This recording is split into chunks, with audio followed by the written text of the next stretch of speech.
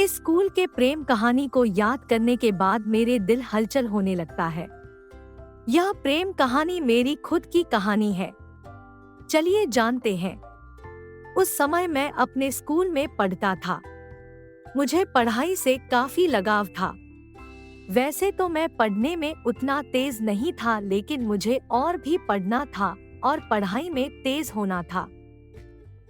जब मैं नई कक्षा में गया तो मेरी कक्षा में एक लड़की आ गई। वह दिखने में मेरे लिए किसी परी से कम नहीं थी। उसको देखते ही मेरा मन तेजी से कांपने लगता था। अब मुझे ज्यादा पढ़ाई भी करना था क्योंकि वह लड़की पढ़ने में काफी तेज थी।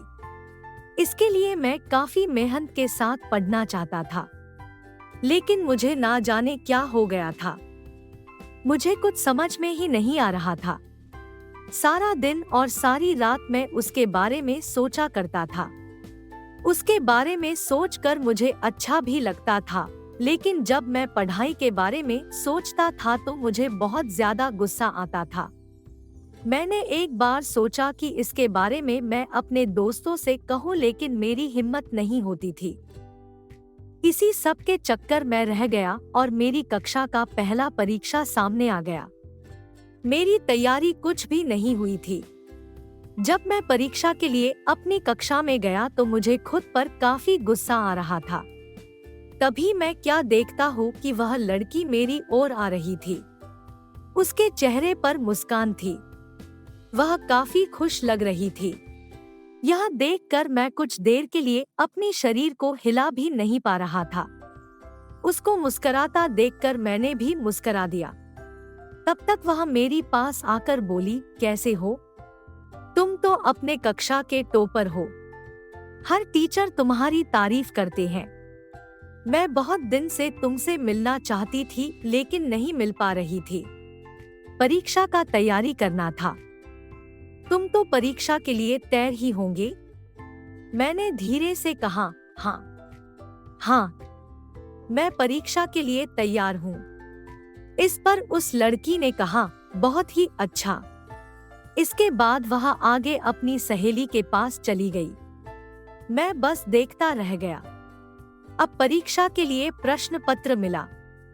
मुझे उस प्रश्न पत्र में कुछ भी समझ नहीं आ रहा था। बस मैं उस लड़की के बारे में सोच रहा था। इसी तरह से परीक्षा का आधा समय बीत गया। तभी मुझे एक आवाज सुनने को मिला। वह आवाज मेरे पीछे से आ रहा था।